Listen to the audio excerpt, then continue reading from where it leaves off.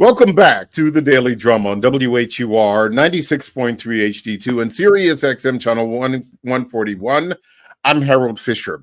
There are only 46 days left before the November 5th presidential election. 46 days. There are, of course, congressional races and other down ballot races in play as well.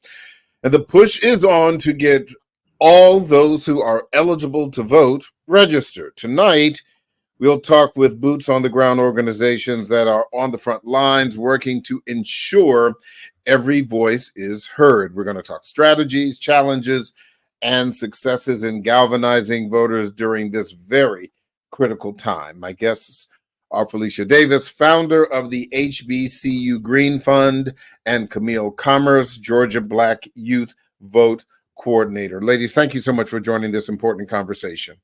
Thank you for having us. Thank you for Absolutely. having me. Let me first start with who you are, what your organizations are doing, because there are so many get out the vote organizations and everybody's doing a little something different. So kind of give me the rundown about what the HBCU Green Fund is, Felicia. Yes, so the HBCU Green Fund, as the name suggests, works with historically Black colleges and universities to increase environmental sustainability in all forms. So that would be infrastructure, faculty and curriculum, and also student engagement. And within that work, in order to advance green initiatives, certainly we have to have the right policies in place. So over many, many years, we have been a part of the National Coalition on Black Civic Participation's effort to get out the vote. And it is through that work, I was an original organizer of the coalition's Black Youth Vote Initiative many years ago, more than a couple of decades. And I also work very closely with the Georgia Coalition for the People's Agenda that houses Georgia Black Youth Vote. So it is in that context that I actually know Camille, and we are long-time voting civic rights advocates. So of course I have a lot more years than Camille. But that's Maybe one or two. Yeah, just one or two. Everybody mistakes me for Gen Z, but yes. So in the broad social, environmental, and economic justice lens, with a heavy dose of gender equity on top of that. So that's who I am and who the HBCU Green Fund is, and we work with, I guess, working with HBCUs. Clearly, we have a heavy investment in the next generation of leadership. And in this particular unique and historic moment, we are really energized about getting Black college students out to vote en masse. So with that, I'll kind of toss it to Camille. Okay, yeah, Camille, talk to me about the Georgia Black Youth Vote Coordinator position, and what is it that you're trying to do?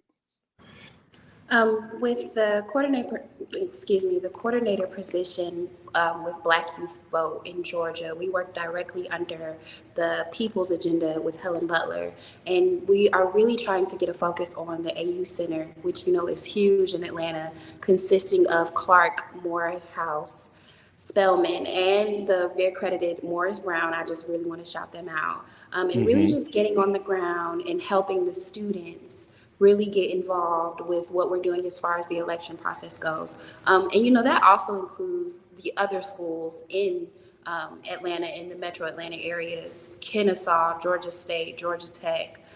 Just really making sure that they know and understand that their voice matters, and really getting the youth to participate in all stages of the election, not just the presidential election, but the smaller ones too, because those are just as important as the presidential election. Camille, you said some really interesting things, obviously, with a focus on young Black voters in the college community, but more broadly. I was fascinated to hear you share also about other college students, other Black college students that may not be attending HBCUs. You can speak anecdotally, or even if you have data, either one, uh, are people voting? Are young people voting? When you talk to them, what kind of conversations are you having with them around voting in 2024? That is a very interesting question. I don't have data for you. I do have Hmm. personal experience at this moment. Sure. Um, and I can just give an example of last week. Last week, we had a couple of new fellows, which are the college students that we have come in to do, just maybe working part time around their class schedule.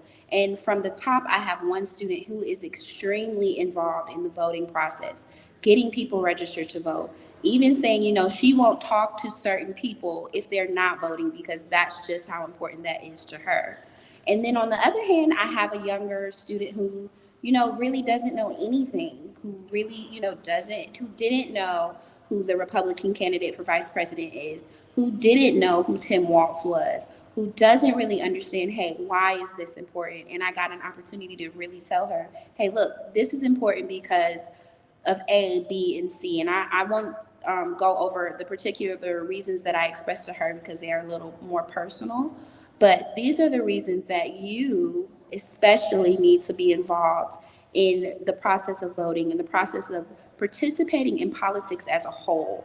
You have grown up thinking, she grew up a little bit differently from me. My grandfather worked directly with Martin Luther King. My grandparents were of my age, maybe a little younger, when they really legally couldn't vote, or they were physically being stopped from voting. So with the way that they embedded it into my psyche of voting is it, you have to vote. Like, I couldn't imagine not voting, to now talking to a younger person who uses it as an option or thinks it's an option. It's interesting talking to her about, hey, instead of getting on your social media and maybe only using it for entertainment purposes, use this mini computer that you have in your hand to educate yourself. There are certain questions that people ask you that you should never say that I don't know. You should more so say, give me a second, let me look that up. And then if you really can't find the answer, then saying I don't know, just so that you can make sure that you're a part of the process. Knowledge is power. Voting is power, because if it wasn't, let's think about the state of Georgia. They are purging us by the thousands. If our vote wasn't important, they wouldn't care about purging us. But even that same young lady, are you registered to vote? Yes, I'm registered. Okay, well, go check your voter status. Oh, wait, I'm not registered. But you were registered yesterday, and now you're not registered today. So fill out this voter registration form. So I say that to say, the work that I'm doing right now is important to me because I'm reaching people on both ends of the spectrum. I'm reaching a young lady who is empowered and ready to get her friends on board. Shout out to Spelman, because she goes to Spelman. And then I have another young lady who's like, is this important? Where I'm like, yes, this is so important. This is your future. You get to a certain age where you have more years behind you than ahead of you, and you have to start fighting for the next generation. So the way that I've been talking to people that are 25 and under is, look, this is the next 20 years of your life, the Mm, next 30 years of your life. wow. Everything that they're about to change it, so you need to be involved. Felicia, talk to me about what you were hearing from Camille. That's such a big wow moment for me. What are you hearing? So yeah, so from Camille and from a number of we work a lot in the Atlanta University Center as well. So the debate night, we hosted a debate night with students from the AUC. About 25 students came together to watch the debate. And so we polled before the debate what issues did they want to hear about, and then after, was your issue addressed? And what did you think? So out of 25 young people present, there was only one young man that wasn't convinced of who he would vote for. And Hmm. he wanted a particular candidate to state what would be her race, which interesting expectation. But so that was the debate just recently, this past Tuesday. I'm of the mind thinking forward and hearing from young people. They feel that every election cycle, people come around asking for their vote, but Hmm. they don't want it to be just superficial. And they're like, show me the receipts. What am I going to get? So, what we did was bring young people together in DC to chart an agenda forward. So it was called Vision Forward, and we have a number of young people working on a document that will go forward to both candidates and the transition team of whatever president elect. So these are young people identifying in the spaces of social, economic, environmental, and democracy. What do they want to see 4 years from now so that we can engage them in actively moving that needle? And then we're taking that information as we encounter young people to say, okay, we understand this is your issue. This is where and how it connects. And this is what level of government moves that issue for you. So there's a whole civic education piece embedded in addressing issues and getting out the vote so people understand that the vote is not about a one-day event. It is setting the framework for the next 4 years minimally, and for Hmm. the future when they look at the Supreme Court, if they look at reproductive justice, if they look at criminal justice, and all of the little things, student debt, which came up a couple of times for students on campus, especially Howard, Spelman, are not inexpensive places to attend. So those are the sorts of things that young people are grappling with. And then economically, we've noticed that economics is a profound driver for young Black people, students and non-students, and the feeling about what they can achieve their aspirations as compared with their reality, and hearing about parents and grandparents that purchase homes, sent kids to college, and they're just feeling kind of locked in with a lot of education but limited opportunity. So we're looking at that. And then the last thing that came up is there was this thing of felon versus prosecutor. Hmm. It doesn't land so beautifully in some parts of the community. So not saying that any communities identify with the felon side, but there was conversation about, well, what are you actually saying? So we had to rethink how we're messaging kind of on the street, on the corner, in the barbershop, and really drilling down on any kinds of gaps. It's very the view of women in leadership is an interesting thing that has surfaced, and of course nonpartisan. So not saying who anyone should vote for, but at the same time, it's a little bit shocking for me to know that some young people question still the ability of a woman to lead at a particular level. So those are interesting feedback that we've got. Hmm. And we think even with, a little more than under 50 days to go, it's really rich for our community to have this conversation. We Yeah. haven't been talking like this in a minute. Yeah. So Hold that point. We are going to take a really short break, but don't forget, You can hear this and every edition of the Daily Drum Inside segment via podcast on WHUR.com. The original Quiet Storm is next. That's on WHUR-FM. I'm Harold Fisher. This conversation continues on Sirius XM channel 141 and 96.3 HD2 in just a few seconds. Welcome back to the Daily Drum on Sirius XM channel 141 and 96.3 HD2. I'm Harold Fisher.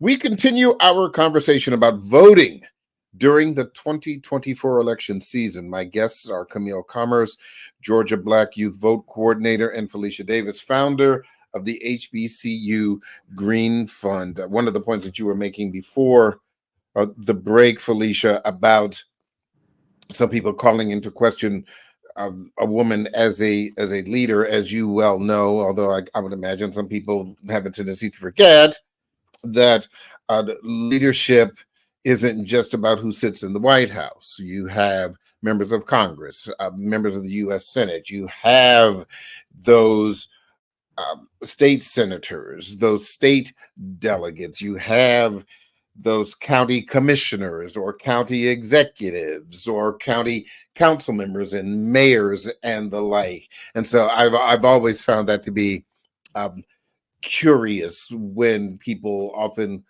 question gender or even race when you talk about the expansive diversity in political leadership in this country. One of the other things I did want to talk about, and this goes really to the heart, and I think Camille really kind of touched on this. One-on-one is one thing. And based on what you've shared with us, Camille, you're the person to convince someone to vote who otherwise would not. But for those, have you encountered anyone who just says, no, I'm not going to vote? And if so, what reasoning have they given you? Palestine is a big reason as to why the youth is sometimes choosing not to vote.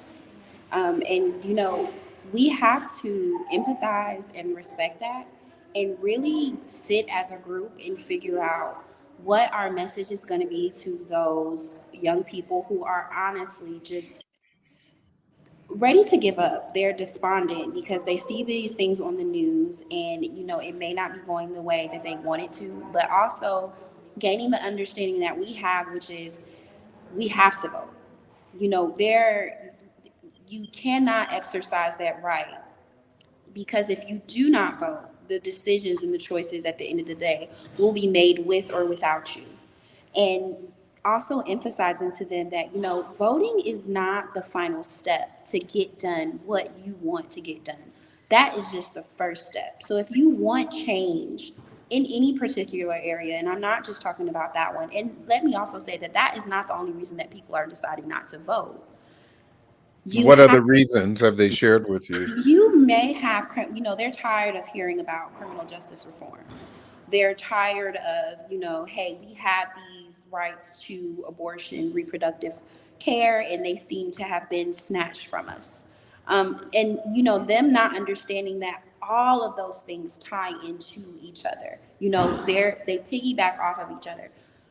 You have to vote to get someone in office. And then once you have that person in office, you have to put the pressure on them to make the changes that you would like to see. Voting is the first step, not the second. Voting is the first step, not the final step. That's just the tip of the iceberg.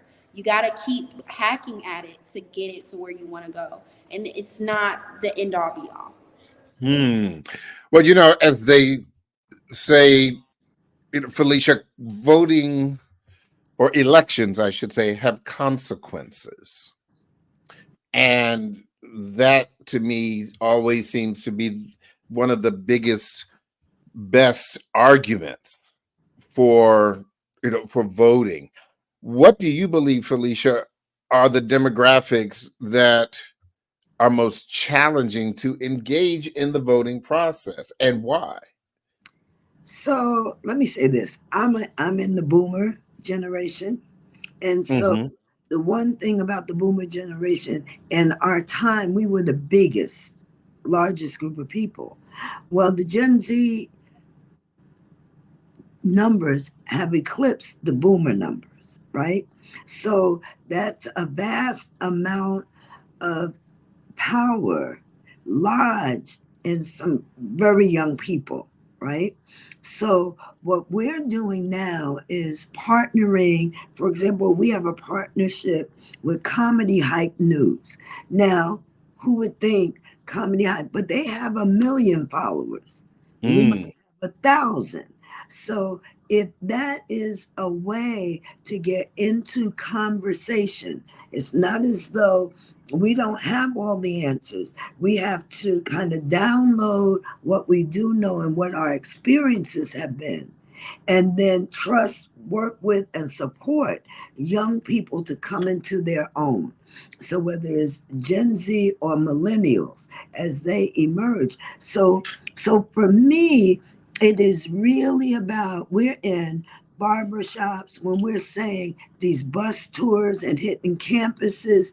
It's not the celebrity boombox, kind of rev up the noise. No, we are going in a more focused approach to have, not find out what's your issue so I can get your vote, but to have the conversation. What's impacting the folks here? Because the people in this neighborhood get their hair cut here, get their hair done here, shop here. So we are going in deep. And in that way, cultivating not just a relationship for November 5th, but for November 6th, so that we can really touch these communities. And for me, so that is Tuesday. We had the Vision Forward, putting together a youth agenda that'll go to folks in the White House and below. So Congress, White House, and we're both from Georgia. I hail from Clayton County, the largest delegation of Black elected women of any county in the country. That, Okay. that's where we come from. So it's like from like up and down the ballot, vote every time down the line. That's what we say. So, but it's education no longer is there civics in school. We're pushing back, like we had our George Floyd moment, and now we're in the backlash. And the backlash is saying no DEI, take black. You can't read Maya Angelou, crazy stuff. So young people have to know that we've been here before and we are not going back, right? And what that really means in a real sense. And so those of us with a few years under our belt have to show what it means to buckle down and power through. And I think when they see that force that they have in their numbers, when they understand how to make the change, well, they'll put an end to school shootings. They will put an end to playing one side in global foreign policy. They will bring some balance to the conversation because they have that much power, but they've not yet realized it. Camille, what methods have you found and your organization found to be most effective in encouraging voter registration and turnout? Certainly, everybody wants to talk to Camille, but Camille can't talk to everybody. So some of the things that we've been doing is getting the community involved. One of the events that we had in August was in my chair, where we invited hairstylists, makeup artists, nail techs to come out and have a conversation about voting, voter registration, and getting involved in your community and really using, the beauticians and barbers have been like pillars and really have helped our community over the years galvanize to get things done. So why not use a voice that we've been using for decades to really get the message across to their clientele? We printed out cards, we provided them, with items that may be they need in the near future as it relates to reproductive rights to give out to their clients. Really talking to them about, encourage your people, talk to them about some of the things that are important to them. Do you care about childcare? Okay, this is why you should vote, because childcare, is something that's important. Do you care about your taxes? You think that you're getting a tax cut now. You think that you're paying a lot in your taxes now. Talk to them about that. Talk to them, while you're doing their hair, while you're doing their nails, while you're doing whatever. Talk to them about why these things are important so that they could be involved with the process. And we found that that is one of the things that really helps. Another thing that helps is when, just even today with the conference that I'm at today, we were walking on the promenade of Clark, passing out cards. People, the old things, the boots on the groundwork that you Camille, you think is should annoying.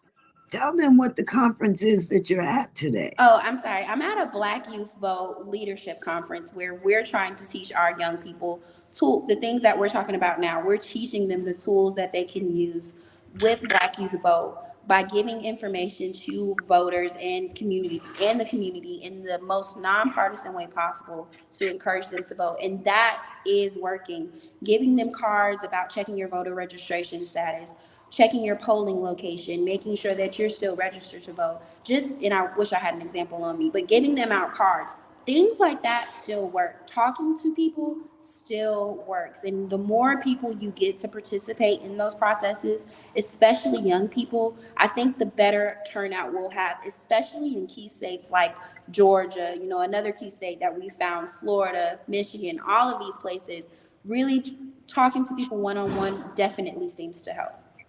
What do you It's really go ahead, important. Felicia? It's really important to note that the Black Youth Vote Conference is in Georgia, and it's bringing together young people from Michigan, Pennsylvania, Ohio, Alabama, Mississippi, Florida. And the key is nobody was looking at Georgia when we were looking at Georgia. What So do you this mean by that? So it used to be considered solidly one. It was not, nobody, it was not battleground, right? Hmm. And so there was a lot of work that went in over 20 years. And then I think there was the Stacey Abrams era. But before that, folks were on the ground. The late Dr. Joseph Lowry, Reverend James Orange did that hard work. We came through with voting is for many a sacred right, for us a moral obligation. So now, all these years later, you have a Raphael Warnock, you have an Ossoff, so a Jewish guy and a black, Jewish and black senator from the state of Georgia. So now, as we bring in these young people from other states like Alabama, where there's a new congressional district, there's an opportunity to mobilize and leverage Black power. Simple as that. And Black power, Black ballots generates Black power. And we work with another organization, Young Black Lawyers Organizing Coalition, and they bring Black law students from Howard, Yale, Columbia, wherever, into our communities to do canvassing, GOTV work, and also protecting the ballot. So that election protection is very, very critical, and more so every election cycle. But we are all working in a broad collaboration in order to turn our community out, educate everyone, and hold the line on a lot of rights that our ancestors struggled so that we be in a place, and we cannot let it slip back for these young people like Camille and the folks that she is also training. Hmm. Camille, you know how government works, from sheriff's elections all the way up to presidential elections. But are you finding a lack of education and indeed misinformation among the people that you're trying to reach? And if so, how do you address those things? If I could give you the biggest issue, it would be the lack of civics in schools. The things that I learned in my 8th grade Georgia studies class and maybe my 9th grade civics class have lasted me for a lifetime. And the fact that other people have not gotten that information for free is doing everyone a disservice, because people really don't understand how the legislative, the federal, and the judicial, it is just, they don't know. And by Hmm. not knowing, they're able to stop what they need to stop because people don't know. So what we found is weekly we go to high schools and we spend an hour with those high schools going over just that. Hey, who is at this level, who is at this level, and who is at this level? And these are the things that these people do at this level, these levels, so that you know where you need to put your efforts in order to get things done. You know, when people are complaining about the potholes on your city streets, that is not for the president to fix. And getting people to understand that is doing us a disservice. When you have people complaining about, even grocery stores and the prices, that's not just on the president to fix. You still have a whole Congress and Senate that has a huge job to do. Your abortion rights, the fact that those have been rolled back, that is on the Supreme Court, the judicial system. They are the ones who really put, a huge damper in the rights that we have reproductively. So we have to educate everyone. It's not just Black people that we need to educate, but they are someone that we need to focus on, because by not knowing, we're hurting our communities in ways that are unimaginable. But Even see, that brings me to another point. How are you received when you propose to public school administrators that you want to come in and talk about how government works? This is Georgia. This is election 2024. This is not 1972. This is I'm going to the be honest with you right now, with the schools that we're working with, they're private. And right now we are trying to focus on the Metro Atlanta schools. And one of the great things, one of the best things about the city that I'm from is we are Black Hollywood. We are one of the Black Meccas. And we have a lot of Black people in some of the highest spaces where we are able to touch in the schools. But I do think that that is a big problem that we need to solve. How do we go to these rural areas where there still are Black people who need to be educated? And that's something that, we have conferences like the one that I'm at today and the one that I was at Tuesday, where we're meeting and we're melding our minds to kind of figure out, okay, look, this is the problem that we have. Black people aren't getting civics in school. How do we solve that? And what is the best way to solve that? And mm, that's just a question that we haven't found the answer to yet. But please believe that those young Black people that we're talking about, they are diligently working on it, and they really truly care about it. And I wish that we had some video for you from Tuesday, because the conversations that we had Tuesday were amazing.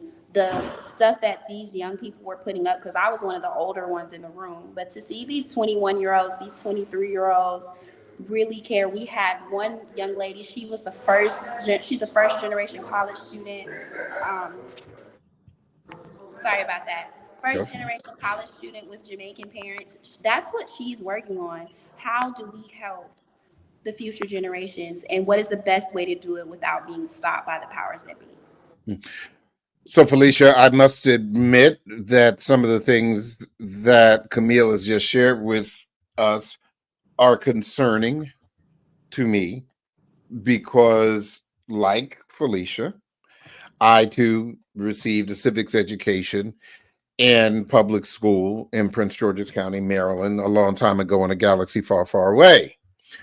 But when you hear that young people who there are some 8 million who will be eligible to vote, 8 million young people who will turn 18 and be eligible to vote on November 5th. And when you hear what Camille is saying about them, some of them obviously not knowing or not understanding, getting misinformation, that certainly has to give you pause. Well, it does, but I would be paused in a lot of areas in terms of what young people aren't getting compared to when I came up. And Mm-hmm. then they're also walking with so much information in the palm of their hand, right? I came up, I had to actually walk to a library, dig out the book, read the chapters, and then try to understand. They can go to YouTube. They can tune into the drum. So they can tune into this conversation. And if we do our part, right, that can prompt them to dig a little deeper. And so, what I will say, they are still the brightest generation, right? They are amazing. If you look at an infant today, an infant can do with a phone what I can't figure out how to do. And they're really amazing. So no, they don't know. They didn't learn civics the way we did. They're going to pick it up another way. Okay. And so it's going to be because they're trying to solve a problem. And the way that it was given to us from the founding fathers and the this, you do need to know some of that because it's both culture and identity, but they have to transform a lot of that, right? They have to bring a deeper sense of values and knowledge of themselves, their community. So I'm worried a little bit, right? But the way they are, they start wanting to run for office. And so, and the way they are, they want to run for president today. And so that ambition is driving some of them to gain an understanding, and those are understanding, oh, I have to get my peers on board. So I'm not so much worried about their part. They're going to do it and they're going to do it quickly. On our part, it's how are we responding to the questions they're posing? What are we doing about genocide? Where are we standing in the moment? What are we thinking about the fact? They're not talking about just being homeless. They're saying that, oh, I may never be able to own property. What are we doing about that? That's on our watch, right? That's our time now. They will come into their own. So I think that I really appreciate the pressure from the generation. They're saying we can't think about civics. We're trying to dodge bullets in the classroom. Mm. So that's a different reality. And that reality, I still feel falls on my watch, right? On my watch. What are we doing about that? And we may not solve it, but at least with all that we know about the system, we have to take some bold steps in the right direction. Mm. The single issue voter, Camille, are you seeing a lot of that where somebody only cares about reproductive rights or the conflict in Gaza or gun violence or education or the economy among young people? Or do you believe that you are hearing people who are concerned with issues more broadly? In my circle and the people that I'm talking to, it is more broadly Okay. issues that are more broad. Again, I am 34, so we're a little more mellow headed. I want to say, I do. Really? Yeah. You're I do. so old. I had no That's idea you were so I'll old. bring you back for another show about that, but please continue. What I do find with the younger generation, and this is from experience too. When I was younger, when you're younger, you do get one tracked, and that comes from a lack sometimes of experience. You may see something on the news and you want to focus on that one thing. um, and having a conversation with them about, look, I know you want to focus on reproductive rights, but if you don't have health care, your reproductive rights don't matter. Mm, Like, you have to meet them where they are, and you have to tie it into them. One of the hardest things I think that people who do this work have to overcome is judgment. You can't come into this work judging people who don't know, because you'll turn them off. You have to meet them where they are, and you have to give them the information. If they're willing to hear the information, you have to give them the information in a way that they will receive it. And that is what I find helps to at least get those voters to start thinking a little bit more broadly so that we can get results. And that's all that I can ask for at the end of the day, because I can't stay stuck on one voter. I have to fight for maybe 10 other voters, because what we do know in states like Georgia, the numbers, that margin is small. And we need as many of those thousands as we can get. So whereas I missed that one, I'm gonna spend 5 minutes on that one, and then I'm gonna go to the next 10, because I need to get as many voters as I can. And that's something that you have to learn, when to kind of let it go. And it's hard, but you have to learn it. It's interesting. It sounds, for a moment, I thought I heard a sermon. If I could just help somebody. Can we pass a collection? I am raised in the Bible Belt, so if you hear me preaching, I got it honest. In these last couple of minutes, and I'll ask you, Felicia, real quick, for those who are listening to this conversation, wherever they are in the generational spectrum, if they don't know, but they want to know how to register and to participate, what do you tell them? Where can they go? Camille, what's it? myvoter.com, myvoterpage.com. I keep it simple. Go to, because you never know who you're talking to in what state. Yeah, because it's not just about Georgia. No. Go to your Secretary of State's website. Okay. And 9 times out of 10, they will have voting information on that first page. Click on it, and it gives you up-to-date state information. And it'll tell you, you can find out if you're registered.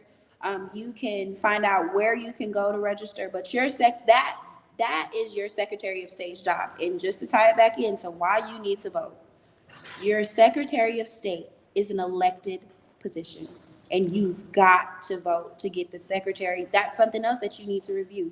You've got to watch out for your Secretary of State. You've got to know who's running for your Secretary of State, because they have a direct effect on the elections in your state. And that's where you need to go to get your information. And then, Camille, isn't there a voter election protection number? Is that 866? 866 Our vote. 866 our vote, which you can call on election day. They will be standing by fighting for your rights. So if you have a problem at the polls, do not leave. Call that number, 866 our vote. Wonderful. Camille Commerce and Felicia Davis, thank you both so much for sharing with us this evening. It's really, really important. Doesn't matter who you vote for, it matters that you do. And make sure that you are registered and that you know where to go, whether it's early voting or election day. Make sure that you make your voice heard. Ladies, again, thank you so much. I appreciate your time. Thank you so much for having us. Great to be in the drum. Sure thing. That is the Daily Drum for this Friday, September 20th. I'm Harold Fisher. For News Director Renee Nash, reporters Millette Green and Bramante Bryant, good night and have a wonderful weekend.